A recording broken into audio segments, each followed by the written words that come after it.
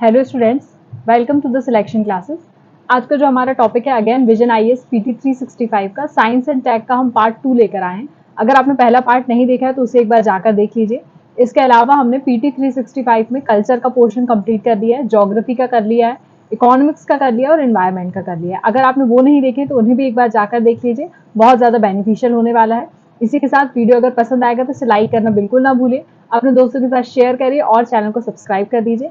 हमारे Telegram channel से जुड़ जाइए, जहां पर जो भी हम पढ़ाते हैं उसका पीडीएफ आपको इजीली अवेलेबल हो जाता है। तो चलिए वीडियो स्टार्ट करते हैं। साइंस एंड टेक्नोलॉजी में आज जो हम पढ़ने वाले हैं वो आईटी एंड कंप्यूटर्स के बारे में पढ़ेंगे। इससे भी आपने देखे होंगे बहुत सारे क्वेश्चन आपको पूछे जाते हैं। तो यहाँ पर सबसे पहले नेशनल क्वांटम मिशन एनक्यूएम, ये बहुत ज्यादा इंपॉर्टेंट है क्योंकि यहाँ पर क्यूबिट के बारे में बात की जा रही है, तो ये इसको ध्यान रखेंगे आप लोग। नेशनल क्वांटम मिशन की पहली मीटिंग आयोजित की गई है, मिशन गवर्निंग बोर्ड ने आयोजित की गई है। यहाँ पर उन्होंने डिस्कस किया है implementation strategies and timeline of NQM, किस तरह से हमको उसको इम्प्लीमेंट करना है, कौन सी स्ट्रेटेजीज अपनाने, किस टाइमलाइन तक हमको इसको इम्प्लीमेंट करना है। ठीक है, यहाँ पर मिशन कोऑर्डिनेशन सेल्स आपको देखने के लिए मिल जाएंगे, इसका फॉर्मेशन किया जाएगा। अब ये सेल्स होंगे क्या, they will be set up as a coordinating agency, coordinate करेगा एनक्यूएम के साथ और उनके अकॉर्डिंग ही यहाँ पर वर्क करेंगे। इसमें मिशन सेक्रेटरिएट्स होंगे जो कि department of science and technology के अंतर्गत आएंगे। ये किसके अंडर फंक्शन करेंगे, तो overall supervision and guidance of a mission technology research council जो है, एमटीआरसी जो है, वो यहाँ पर इसकी फंक्शनिंग को परफॉर्म करने वाली है। एनक्यूएम ने यहाँ पर कैबिनेट ने अप्रूव किया है 2023 में, और इसकी टोटल कॉस्ट की अगर मैं बात करूँ तो 6000 करोड़ इसकी टोटल कॉस्ट आने वाली है। तो एनक्यूएम इंपॉर्टेंट है, इसलिए इसको आप लोग पढ़कर जाएं। अब इस मिशन के बारे में थोड़ी सी हम बात कर लेते हैं। यहाँ पर seed, nature and scale of the scientific and industrial R&D, basically research and development में सबसे ज्यादा पैसा लगता है, और रिसर्च एंड डेवलपमेंट अगर अच्छा होता है तो कोई भी एक मिशन सक्सेसफुल होता है। तो यहाँ पर उसके लिए ही, उसको स्केल अप करने के लिए और उसको नर्चर करने के लिए यहाँ पर बात की गई है। तो department of science and technology किसके अंतर्गत काम करता है, ministry of science and technology के अंतर्गत। जो मिशन है 2023-24 के लिए स्टार्ट किया गया है और 2030 और 31 तक ये चलने वाला है। बेसिकली जो इंटरमीडिएट स्केल क्वांटम कंप्यूटर्स होते हैं उसको यहाँ पर डेवलप करने की बात करी गई है, जिसकी रेंज होगी 50 से 1000 फिजिकल क्यूबिट्स। तो क्यूबिट्स मैंने कहा था यहाँ पर आएगा, तो इसको थोड़ा सा आप लोगों को ध्यान रखना है। यहाँ पर सैटेलाइट्स हमको कहना चाहिए डेवलप करनी है। अब क्वांटम कम्युनिकेशन या क्वांटम टेक्नोलॉजी अभी बहुत ज्यादा नहीं है, इसलिए क्वांटम टेक्नोलॉजी पे यहाँ पर हमारा थोड़ा सा ज्यादा फोकस है। अब क्वांटम कंप्यूटिंग और क्लासिकल कंप्यूटिंग में डिफरेंस अगर हो सकता है आपको पूछ लिया जाए, तो बेसिकली जो क्वांटम कंप्यूटिंग होता है वो इसमें हाई एरर रेट्स होते हैं, as they are highly susceptible to the noise such as electromagnetic signals. तो बहुत सारी चीजों के कारण यहाँ पर एरर का रेट बहुत ज्यादा देखने के लिए मिलेगा, लेकिन क्लासिकल कंप्यूटिंग में आपको एरर्स जो होते हैं वो कम देखने के लिए मिलते हैं, क्योंकि रूम टेम्परेचर पर किया जाता है। इसमें जो कैलकुलेट होगा क्यूबिट के फॉर्म में होगा, जो 0 और 1 रिप्रेजेंट करता है, और इसमें ट्रांजिस्टर्स के फॉर्म में होता है जो कि 0 और 1 रिप्रेजेंट करता है। यहाँ पर आपको पावर जो होता है वो एक्सपोनेंशियली इंक्रीज होता हुआ दिखेगा, यहाँ पर 1:1 के रेशियो में रहता है। यहाँ पर अगर मैं बात करूँ तो optimization problem, data analysis, simulations की प्रॉब्लम आ सकती है, और यहाँ पर एवरीडे प्रोसेसिंग टास्क में कभी ना कभी दिक्कत आ सकती है। अब हम बात कर लेते हैं आर्टिफिशियल इंटेलिजेंस, एआई, जो बहुत ज्यादा इस समय पर चर्चा में रहा है। तो वर्ल्ड का first ever AI safety summit आयोजित किया गया है, तो ये आपको पता होना चाहिए। कहाँ पर आयोजित हुआ है, तो Bletchley Park in London, United Kingdom में आयोजित किया गया है। यहाँ पर रेगुलेट करना है एआई को किस तरह से, उसके बारे में बात करी गई है। अब ब्लैचली डिक्लेरेशन बेसिकली है क्या, first agreement of artificial intelligence की सेफ्टी को लेकर यहाँ पर प्लेज लिया गया है to work together to access the risk associated with AI. जैसे कि आपको पता है एआई से, आर्टिफिशियल इंटेलिजेंस में काम तो बहुत आसान हो रहा है, लेकिन उसके साथ रिस्क बहुत सारे एसोसिएटेड हैं। अभी हम डार्क वेब के बारे में आप लोगों ने सुना होगा, तो कहीं ना कहीं रिस्क बहुत ज्यादा इसमें इन्वॉल्व है, तो उसको भी यहाँ पर टैकल करना है, सेफ्टी की बात करनी, सुरक्षा की बात करनी, तो उसके नजरिए से यहाँ पर थोड़ा सा इस डिक्लेरेशन को लाया गया है। अभी बेसिकली अगर मैं बात करूंगी तो 28 कंट्रीज प्लस यूरोपियन यूनियन ने इसको साइन कर लिया है, और इंडिया ने भी इसको साइन कर दिया है। ठीक है, अब आर्टिफिशियल इंटेलिजेंस आपको पता है, ability of a machine to perform the task that would normally require human intelligence such as learning, problem solving, decision making. अब ह्यूमन को करने में थोड़ा ज्यादा टाइम लग रहा है, लेकिन मशीन इसको बहुत जल्दी कर दे रही है, इसलिए ये अच्छा माना जा रहा है। अलग अलग डायमेंशंस में आपको देखने के लिए मिलेगा, जैसे कि चैट जीपीटी सबसे ज्यादा फेमस, गूगल्स बैड करके हो गया, सौरा हो गया, डेल.ई हो गया। इंडिया का एआई मॉडल कृत्रिम, ये नाम ध्यान रखना है, इंडिया का एआई मॉडल कृत्रिम, ये ध्यान रखना है आपको। ये हाई क्वालिटी कंटेंट जैसे स्पीच, टेक्स्ट ये सब बनाकर देगा, तो ये थोड़ा सा आपको पता होना चाहिए। अब यहाँ पर डिफरेंस की बात करेंगे, मशीन लर्निंग और डीप लर्निंग में क्या डिफरेंस होता है। तो मशीन लर्निंग एआई की एक मैथडोलॉजी है। हर एक मशीन लर्निंग में डीप लर्निंग नहीं होती है, लेकिन डीप लर्निंग जो है वो एडवांस एमएल टेक्नोलॉजी होती है। डीप लर्निंग इज एमएल, है ना, मतलब हर एक एमएल लेकिन डीप लर्निंग हो ये जरूरी नहीं है, ये ध्यान रखना है स्टेटमेंट। ये सॉल्व करता है प्रॉब्लम्स को स्टैटिस्टिकल एंड मैथमेटिक्स के टर्म्स में, ये कंबाइनली सॉल्व करता है न्यूट्रल नेटवर्क आर्किटेक्चर में। यहाँ पर मैनुअली चीजों को सिलेक्ट करने की आवश्यकता पड़ती है, सेल्फ लर्न करके फीडबैक के थ्रू विदाउट एरर यहाँ पर जनरेट करके देता है। ये लेस कॉम्प्लेक्स होता है और ये मोर कॉम्प्लेक्स होता है क्योंकि इजी काम कर रहा है। अब डीप फेक्स, जैसे कि मैंने आपको बताया डार्क वेब जो है डीप फेक्स, इसमें आपने बहुत सारे सेलिब्रिटीज के देखे होंगे, फेस अलग लगा के किसी और व्यक्ति के बॉडी में उसका फेस लगा दिया जाता है, दैट इज डीप फेक। तो यूनियन गवर्नमेंट ने इसके लिए भी एडवाइजरी जारी की है कि जो सोशल मीडिया इंटरमीडियरीज हैं उनको आइडेंटिफाई करना है, इस तरह का कोई डीप फेक अगर बना रहा है तो कोई वीडियो हो गया, इमेज हो गई that has been edited using an algorithm to replace a person, वो आप लोगों को पता ही है। That can be imitation of a face हो सकता है, बॉडी, साउंड, स्पीच, कुछ भी हो सकता है। जैसे कि आपने देखा होगा पीएम के भी, प्राइम मिनिस्टर जी के भी बहुत सारे डीप फेक के वीडियोस आप लोगों ने देखे होंगे, तो ये कहीं ना कहीं इसके बारे में एडवाइजरी जारी की कि उसका मिसयूज ना किया जाए। Next we have web 3.0। अब ये क्या है, एक रिपोर्ट निकल कर आई है, unlocking the web 3 potential, India's journey from talent exporter to a product power house. ये किसने रिलीज करी है, तो प्राइमस पार्टनर्स ने रिलीज करी है, ध्यान रखना है आपको, एक प्राइवेट ऑर्गेनाइजेशन है। की फाइंडिंग्स की अगर मैं बात करूं तो 2022 में इन्होंने कहा है India 11% global web 3 developer pool, rank third world wide, India third number पर आ गया है। और वेब 3 सेक्टर जो है वो projected to create 2.2 million direct jobs. अब वेब 3 जो आ रहा है इससे 2.2 मिलियन डायरेक्ट जॉब्स आपको देखने के लिए मिल जाएंगी, तो तैयारी कर लीजिए। वेब 3 क्या प्रोवाइड करेगा, यहाँ पर अलग तरह का वर्जन ऑफ वेब जहां पर यूजर को financial stake and more control होगा वेब कम्युनिटीज में दे बिलोंग्स टू।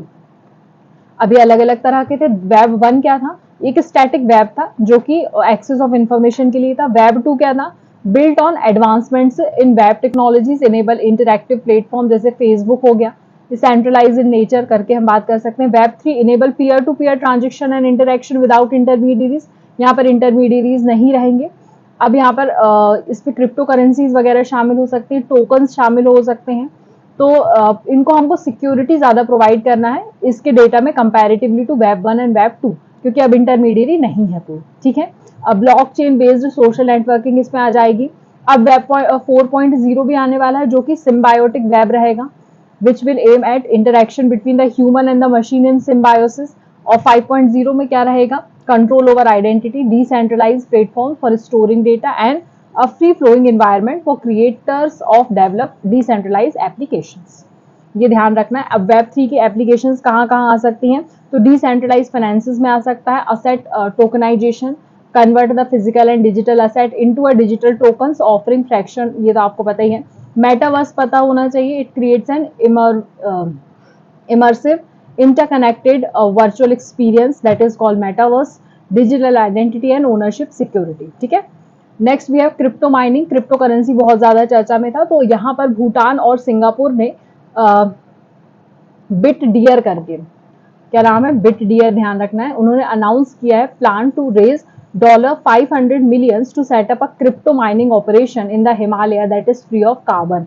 तो जाहिर सी बात है क्रिप्टो की बात हो रही है तो इसकी माइनिंग करेंगे तो फ्री ऑफ कार्बन तो रहेगा ही। और यहाँ पर क्रिप्टो माइनिंग क्या होती है, generating a new coins and verify the process new transaction. इसमें क्या हो जाएगा, बहुत वास्ट और डिसेंट्रलाइज नेटवर्क की जरूरत पड़ेगी और सिक्योर ब्लॉकचेन की यहाँ पर रिक्वायरमेंट होगी। प्रूफ ऑफ वर्क यहाँ पर देना पड़ेगा, कहीं ना कहीं बिटकॉइंस पर ये काम करेगा। Proof of work then proof of stake, दोनों यहाँ पर एल्गोरिदम काम करेंगे। मेन डिफरेंसेस दोनों में अगर मैं बात करूंगी तो they have chose and qualify users to add transaction, ये ध्यान रखना है आपको, ठीक है। और इसकी जो प्रोसेस होती है माइनिंग की वो किस पर बेस्ड रहेगी, तो ये मैकेनिज्म जो रहेगा वो बिटकॉइंस को यूज करेगा, उनको रेगुलेट करेगा, creating the blocks and integrity of the network through the process of mining. ठीक है, ये थोड़ा सा भी नया कंसेप्ट आया है, भूटान और सिंगापुर ने जारी किया, तो इसको थोड़ा सा पढ़ लेंगे। Next we have market in crypto assets, MiCA जिसको हम कहते हैं। तो यहाँ पर मीका के बारे में बोला है कि market in crypto asset legislation, European parliament ने इसको क्या कर दिया, पास कर दिया है, जो कि क्रिप्टो इंडस्ट्री को रेगुलेट करने का काम करेगा। इसमें एक लीगल फ्रेमवर्क है जो क्रिप्टो असेट की services providers as well as consumer protection के लिए काम करेगा। यहाँ पर क्रिप्टो अलग अलग कैटेगरीज में डिवाइड किया है, crypto assets which are currently out of the scope of existing regulations. सब कैटेगरीज भी डिवाइड की गई हैं, जैसे कि इलेक्ट्रॉनिक मनी टोकन्स हो गया, असेट्स रेफरेंस्ड टोकन्स हो गए, यूटिलिटी टोकन्स हो गया।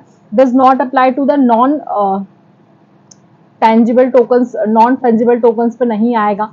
ये थोड़ा सा इसको देख लेंगे। Next we have attempt to regulate the crypto asset in India में 2019 में सबसे पहले आरबीआई ने बोला है कि it held that trading, holding, mining of a crypto coins in India was illegal और फाइन आपको 10 लाख का देना पड़ेगा। 2020 में सुप्रीम कोर्ट ने इसको नलीफाई कर दिया आरबीआई के बैन को और एडवोकेट किया गवर्नमेंट को take decision over the same. 2022 में क्या हुआ, 30% टैक्स इससे लोग कमाने लगे थे। ठीक है, देन उसके बाद 2023 में बात करी गई है कि वर्चुअल डिजिटल असेट बनाया जाएगा, जो कि किसके अंतर्गत आएगा, मनी लॉन्ड्रिंग एक्ट के अंतर्गत आएगा। और G20 कंट्रीज की जो अभी समिट हुई है न्यू दिल्ली में, वहां पर डिक्लेरेशन एक लिया गया है which called for effective regulation of crypto assets. तो ये थोड़ा सा क्रोनोलॉजी एक बार ध्यान रखेंगे। Then we have 3D printing technology, additive manufacturing की हम बात कर लेते हैं। तो IIT मंडी जो है वहां पे रिसर्चर्स ने फाइंड किया है extrusion based metal additive manufacturing process. It is a को effective method in comparison to the other approaches in the metal 3D printing. तो मेटल की 3D प्रिंटिंग से रिलेटेड है और किस तरह की टेक्नोलॉजी है, कॉस्ट इफेक्टिव टेक्नोलॉजी है अदर अप्रोचेस के कंपैरेटिवली। ठीक है ना, तो यहाँ पर एडिटिव मैन्युफैक्चरिंग क्या होता है, it is a process in which a digital model CAD, computer aided design आपने सुना होगा, turn into a tangible solid and 3 dimensional object. अब 3D ऑब्जेक्ट्स का जमाना है, तो वैसा मटेरियल हमको यहाँ पर बनाना है, बेसिकली वो बात करी गई है यहाँ पर। उसके बाद यहाँ पर बोला गया है कि अगर इस पे ऑब्जेक्ट्स की बात करूँ तो involve the laying down the successive layers of a material such as plastic, resin, इनके बारे में आपने सुना है। तो इन सारे मटेरियल्स को यूज करके कहीं ना कहीं हमको बनाना है, और जो हमारी ट्रेडिशनल मैन्युफैक्चरिंग है उससे बहुत अलग है। ठीक है, तो 3D प्रिंटिंग की यहाँ पर बात करी है, इसको थोड़ा सा ध्यान रखेंगे, किसके अंतर्गत आएगा, ये national strategy for additive manufacturing के अंतर्गत ही आएगा। Now we have Wi-Fi 7 technology. अब ये क्या है, यूएस बेस्ड कंपनी ने कॉलकम नाम की कंपनी है जिसने सजेस्ट किया है India should adopt newest Wi-Fi 7 technology. अब हमें अभी तक पता ही नहीं है कि हम केवल वाईफाई यूज करें, वो कौन सी टेक्नोलॉजी का है। तो अब 7 की बात करें जहां पर वायरलेस फाइडिलिटी यूज की जाएगी। अभी देखिए बड़े बड़े वायर्स डाले जाते हैं, आप लोगों को कहने से बोल देते हैं कि हमारे वहां पर अभी तार नहीं गया है, इस तरह के स्टेटमेंट्स आपने सुने होंगे यूजुअली। तो आपके वहां पर एयरटेल का वायर है या जियो का है तो आप वो वाला ले लीजिए, ऐसे सो एंड सो आपने सुने हैं। तो Wi-Fi 7 जो है, it is a next generation wifi standard based on the IEEE 802.11BE। ये थोड़ा सा ध्यान रखेंगे आप लोग, एक्सट्रीमली हाई थ्रूपुट है यहाँ पर। अब institute of electrical and electronic engineering ने world largest technical professional organisation है, उसने बात करी है कि वो यहाँ पर लॉन्च करेगा। ठीक है, ये बैकवर्ड कंपैटिबिलिटी शो करता है, connect with the devices of a different bands की डिवाइसेस से भी कनेक्ट होगा, लोअर लेटेंसी होगी और मल्टी लिंक ऑपरेशन यहाँ पर आप परफॉर्म कर सकते हैं। स्पीड और कैपेसिटी बहुत फास्ट होगी और रेडियो वेव्स को यूज करके यहाँ पर ये काम करेगा। ठीक है, इसकी यूज कहाँ कहाँ होगा, enable rapid adoption of a cloud based system के लिए, मेडिसिनल फील्ड्स के लिए, एड्रेसिंग इमर्जिंग टेक्नोलॉजीज के लिए, देन उसके बाद enhancing user experience and advance applications. अब वाईफाई का कंपैरिजन कर लेते हैं। वाईफाई देखिए 4, 5, 6, 6E एंड 7, यहाँ पर आपको स्पीड 600 Mbps की मिल जाएगी, यहाँ पर 7 Gbps की, 9.6 Gbps की एंड 36 Gbps की बात हो रही है। फ्रीक्वेंसी की बात करें 2.4 hertz gigahertz, 5 gigahertz, 2.4 gigahertz, then उसके बाद 2.4 गीगाहर्ट्ज, 5 गीगाहर्ट्ज, 6, ये 3 वेरिएशंस में मिलेगा। यहाँ पर मल्टीपल इनपुट मल्टीपल आउटपुट होता है, यहाँ पर मल्टी यूजर मीमो चलता है, बीम फॉर्मिंग कहते हैं जिसको। यहाँ पर आपको OFDM है, that is orthogonal frequency division multiple access. यहाँ आपको MLO मिलता है, multi link operation and support wider channel adoption function technology. ये लॉन्च हुआ है 2009 में, ये 2013 में लॉन्च हुआ है, 2019 में और ये 2024 में एक्सपेक्टेड है। ठीक है, ये मैंने आपको सारा बता दिया है, इसको एक बार पढ़ लीजिएगा। Then we have facial recognition technology, face के एक्सप्रेशन से बताने वाला टूल, एआई बेस्ड होगा, जाहिर सी बात है। तो आर्टिफिशियल इंटेलिजेंस को टूल को यूज करके यहाँ पर फेशियल रिकॉग्निशन पावर सॉल्यूशन बनाया गया है। किसके लिए? Telecom SIM subscriber verification, ASTR के लिए। ठीक है, ASTR क्या है? इट इज लॉन्च अंडर संचार साथी इनिशिएटिव। ये ध्यान रखना है, कौन सी इनिशिएटिव के अंतर्गत? संचार साथी इनिशिएटिव के अंतर्गत लॉन्च किया गया है। इसका ये एआई पावर टूल जो है ये आइडेंटिफाई करेगा सिम के जो इश्यूज होते हैं, फ्रॉडलेंट हो गया, गलत डॉक्यूमेंट्स के कारण जो भी, वो सब। यहाँ पर परम सिद्धि सुपर कंप्यूटर जो है यहाँ पर इसके लिए यूज किया जाएगा, ये ध्यान रखना है आपको। और ये कहना चाहिए जो हमारा convolutional neutral network CNN model पर बेस्ड है। अब फेशियल रिकॉग्निशन टेक्नोलॉजी बेसिकली होती क्या है? It is a way of identifying on confirming an individual's identity using their face that can be used to identify people, photos, videos and in real time। ये सारी चीजों को identify करने के लिए।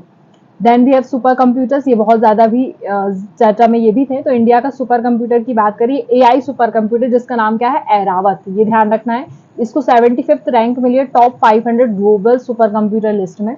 ऐरावत को इंस्टॉल कहाँ किया गया है? Centre for development of advance computing, CDAC Pune में इसको स्टैब्लिश किया गया है।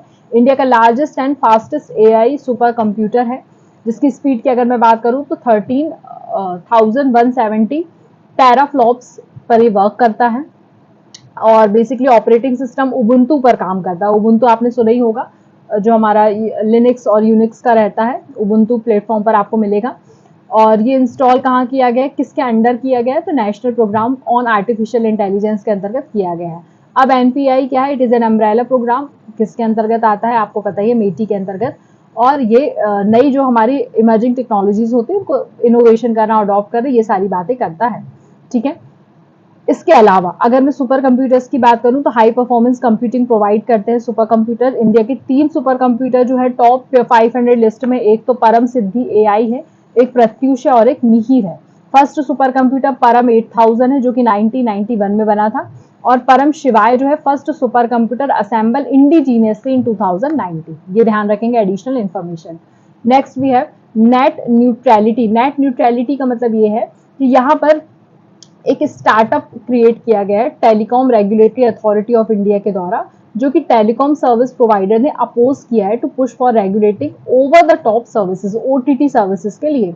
नेट न्यूट्रलिटी क्या होती है? एक open equal internet for everyone. Neutral है मतलब सारे व्यक्ति इसमें काम कर सकते हैं, रिगार्डलेस ऑफ डिवाइस, एप्लीकेशन और प्लेटफॉर्म, सारा कुछ यूज कर सकते हैं। ठीक है, all corporations including internet service providers भी इसमें पार्टिसिपेट कर सकते हैं। तो ये ट्राई की अच्छी पहल है। इन्होंने एक न्यू फ्रेमवर्क जिसको बोला गया prohibition of discriminatory tariffs for data service regulation 2016 launch कर दिया गया, जिसके अंतर्गत अब यहाँ पर जो टेलीकॉम सर्विस प्रोवाइडर्स है वो डिफरेंट रेट्स पर चार्ज नहीं कर सकते, एंश्योर करेंगे नेट न्यूट्रलिटी। ठीक है, नेक्स्ट भी है 5G इकोसिस्टम। 5G पर हम सभी काम कर रहे हैं अभी। 1G 2G 3G 4G आपने सभी ने पढ़ा हुआ है। 5th generation global wireless standards यहाँ पर बता दिए गए हैं।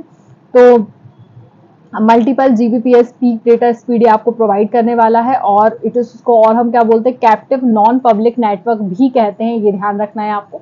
Network that is set up solely for the firm's own use and is a closed user group. मतलब एक जगह पर अगर बन गया है, एक फर्म बस उसको यूज करे, बाकी को अदर देन द फर्म कोई यूज नहीं कर रहा है। ठीक है, इसके बेनिफिट क्या होंगे? स्पीड इंप्रूव होगी, डेटा सिक्योरिटी बढ़ेगी, बेसिक चीजें बहुत बेसिक है, इसको थोड़ा सा देख लीजिएगा। देन उसके बाद भी है free space optical communication, FSOC करके बात करी गई है।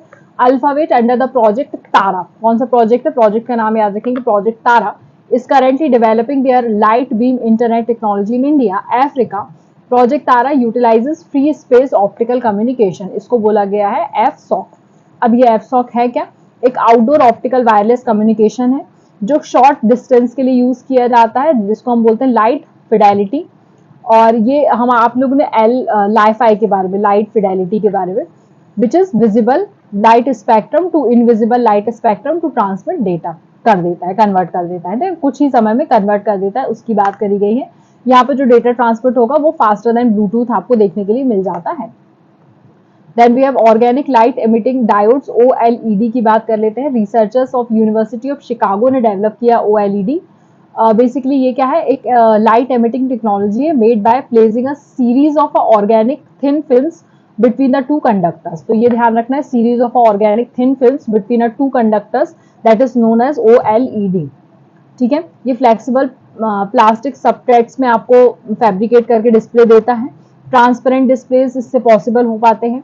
नेक्स्ट भी है अदर इंपॉर्टेंट न्यूज, मेटावर्स, जैसे मैंने आपको भी बताया 3D enable virtual reality space को मेटावर्स कहते हैं। यहाँ पर आप ये आपको डिजिटल एक्सपीरियंस प्रोवाइड करता है replica of a real world का। ये आप लोगों ने पढ़ा हुआ है, 4 लेयर्स में बेसिकली होता है। Infrastructure layer, enable devices connect them to the network and deliver content, basic चीजें हैं। Then we have BharOS, it is made in India mobile operating system developed by IIT Madras. किसके अंतर्गत काम करेगा, department of science and technology के अंतर्गत। It comes with a no fault apps, app में कोई फॉल्ट नहीं देखने के लिए मिल जाएगा। And offers a native over the air, NOTA ये आपको प्रोवाइड करता है। ठीक है, next we have subscriber identification module card, SIM card जिसको हम बोलते हैं। तो सिम कार्ड इज माइक्रोचिप, आपको सबको पता है, ऑन अ गिवन नेटवर्क। अब यहाँ पर बहुत सारे घपले हो रहे थे सिम कार्ड्स को लेकर, तो यहाँ पर उसके सिक्योरिटी प्रोवाइड करने के लिए किया गया है। हर एक मोबाइल फोन में कनेक्ट होना चाहिए नेटवर्क के लिए, मैंडेटरी कर दिया गया है। चिप कार्ड जो होना चाहिए वो जरूरी है।